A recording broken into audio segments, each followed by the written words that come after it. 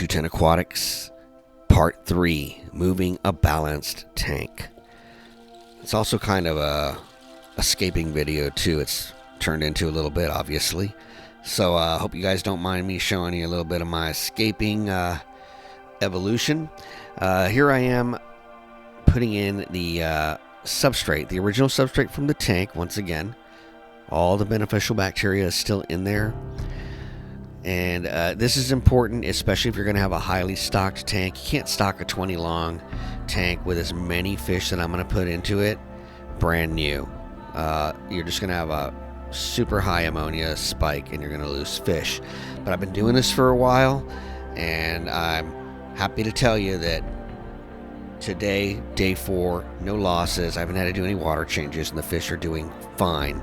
So I didn't want to do a part 4 to get you there, so I'll ask everybody to just be patient and just extend and lend to me just a few minutes, over 10 minutes, so you can get to the end and see exactly what I end up with. So let me talk you through on how I get to that point, and then I'll show you all that good stuff. I wanted to mimic this scape like the bottom of a river, which is what this species dwells in their natural habitat. Again, this is a Goudier lion's eye, critically endangered in the wild. They're from the mountains of central Mexico, and again, at some point they'll be fully extinct in the wild, and that's due to all of the industrialization that's going on with them and their habitat. Lots of sugarcane fields and industrialization too, is going on over there. So they have a muddy bottom and rock, and they've got some, some underwater aquatic plants as well in those streams and rivers. And I'm going to mimic with some Fluval stratum towards the front and in the back. So the front right here will be like the bank of a river, and then the back will be, say, the other side. This is going to be a very small river, small in width as well, obviously. And also, I'm putting the Fluval stratum in the back there because if you'd noticed, there's a little bit of sunlight coming through on the back right corner, just because I didn't make the cut perfect with the poster board. But it didn't matter, obviously. So there you go. This is the plan, and as you can see, I'll give you a close-up here. You've got the river rocks, got pea pebble, crushed oyster shell, and then I've got the stems there for the sponge filters. Also, again, same exact sponge filters I had. I did not kill any beneficial bacteria. They've been sitting in tank water, and so they're ready to go. So between the sponge filters, the original substrate, the Fluval stratum, the plants, I think I'm going to be in good shape. In fact, I know that I am, because I am going to show you that. Here I am putting down some root tabs, and I had a couple of swords that I want to try to get going here. This stick waterlogged plant twig is something that came from a plant of mine that died, but I'm just using that, and I've been using it. It was in the original tank, so there's beneficial bacteria on that. And then I went ahead and I added these rocks and these 2 pieces of oak wood from a tree that died on my property. And I'm just using the rocks right now to hold them down, because otherwise they'll float to the top. For those of you that have noticed in some of my videos, I have a Tostitos jar of queso, empty of course, in my tanks, and now you can see why I use it. Since I'm filling with the J-hook there on the Python clean and fill, I use that so that the water just kind of seeps into the tank slowly, and I don't have a lot of substrate getting disrupted. And so basically I end up putting I put a fern in, I put some reppin in and around the tank, which you'll see at the end. And what else? We got Java fern. I think I have an Anubias plant in there as well. And that's what I love about getting into scaping, is it's so fun to do it, and even as you're doing it, you really don't know how it's going to turn out. But here's kind of an idea of what it's going to look like, and I'll put the light on for you. Yes, please hit the like button.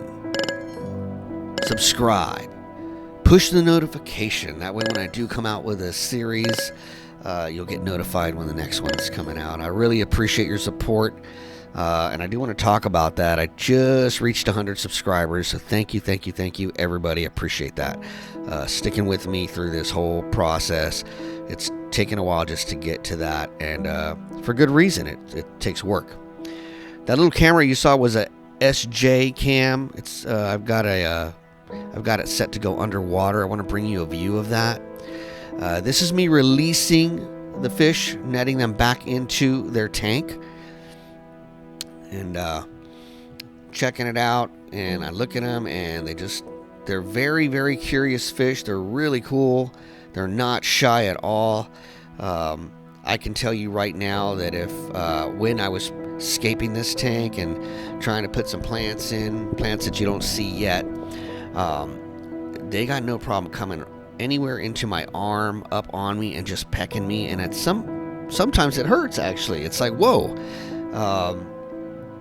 They're like little piranhas, even though they don't have any teeth. But yeah, they will, if you've got like a little bit of hair follicles on your arms, they have no problem grabbing on to that and trying to pull it out. I mean, it's pretty funny. But anyway, so as you can see, they're checking it out. They're scoping out the environment. And I always love to see my fish when I put them into a new scaped environment. It's so neat to just watch them in their natural state of just exploration, if you will. I don't know, maybe I'm reading too much into it, but I end up adding a Fluval C circulation pump to it because I wanted to give a current to the tank, and that's how I've got it right there. You'll get a better look towards the end of how I end up leaving it. I don't know that I'm going to put it on all the time. I would probably put a timer on this thing and have it come on at different times of the day. But for now, they look really cool in it. I've been monitoring them when I have it on. They don't really look stressed out. They almost look like they're having fun riding the stream, and it's really cool. I mean, this is a natural environment for them, and this is a look here of what they probably look like underwater in the rivers of central Mexico. I know those rivers have a current, so they're genetically built to be in that kind of environment. But I'm gonna humanize it and think, well, I don't want to have them under all that stress. I want to give them a little bit of calm water too. And that's just me. Anybody can you can do what you want with your fish. Treat them how you want to treat them. Some people might decide, no, leave that thing on all the time. But I probably won't. So I'll be monitoring that, and I have been over the last couple of days, and I find myself turning it off, especially when I feed. I don't want all that stuff getting blown around everywhere. This circulation pump's actually made for a 50-gallon tank, so the current in it's pretty strong. Might have to step down to the next one, the next tier, the lower tier actually. I may do that. But of course, I just got the tank set up. I just put the fish in. I inadvertently, obviously, I couldn't get away from it. I ended up putting back some particulates in there, so it's kind of hazy. The Fluval C, I want to tell you right now, I've got the 100 subscribers. I'm so happy about that. I have a promotion going right now, and the original goal is to get 200 subscribers. And with that, I was going to basically give away a Fluval Aqua Clear 30 hang-on back filter, which I am going to put, actually, coincidentally, on the back of this tank. So, there you go. That one there. So let's do this. It's taken a while. Hopefully it doesn't take me as long to get to the next 100 subscribers. But let me double it up for you. Let's do this. At 200 subscribers, we're going to have a drawing. And I will give away the Fluval power filter here. And the circulation pump. How about that? That, to me, sounds like a deal. So here's a view of the underwater view. Using the SJCAM. I've got a description and links at the bottom there. You have to search through my links, but I do have them there. You can get them on Amazon. They're pretty cheap, and they're really cool. You can use them for anything.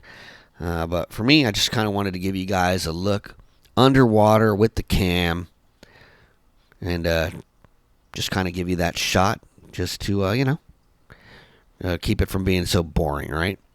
So what else can I tell you? I went to day 4. I've been monitoring these guys.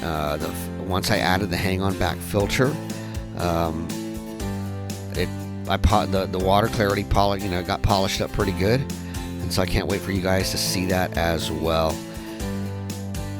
You can see that they're thriving. They're looking around. This is probably the day that I did this was probably like 2 days ago now when I did this shot. They're not shy at all. Look at them just coming up to the camera. I think what's happening there is that they see their reflection on the camera. The camera kind of has like a mirror kind of a look underwater. So I think that's what's happening there. But yeah, really cool fish. Lots of personality. I also will say, because the water is clearer now, the males have colored up really brilliantly. And I think it's because they can see each other and they can see the females, and they're all trying to garnish the attention of the females. Again, I started with 2 females and 1 male in this tank, and this is how many I have. I've had plenty of them, and it's day 4, and this is what they look like. This is what the tank looks like right now as you're watching this, because I'm posting it today. This is what the tank looks like. This is what the circulation pump. I had a little bit of evaporation going, but it's kind of cool because you can see how strong the current's going from the circulation pump. And that's with it on. You can see the aquatic plants that I've added there towards the front, right next to the wood. And they're, like I said, these fish are into everything. They're always searching for food. They're always nipping in between rocks and searching for things. And so also my fear is that they're going to screw these plants up. But we'll find out. I've had to anchor some of these plants down very carefully with some of the small river rocks so that maybe hopefully they can't get to them or pull them out. Also, the circulation pump could take them out as well too. So we're gonna see. So I can't wait to give you guys an update on how this tank's evolved. Once again, thank you so much for sticking with me here at 12 minutes, a little over 12 minutes. And why don't we do this? Why don't I just take you right to the feeding of them, and we'll see you in the next one. I'll let you guys just enjoy the aquatic scene here. Like, subscribe, share. Thanks again for all your support.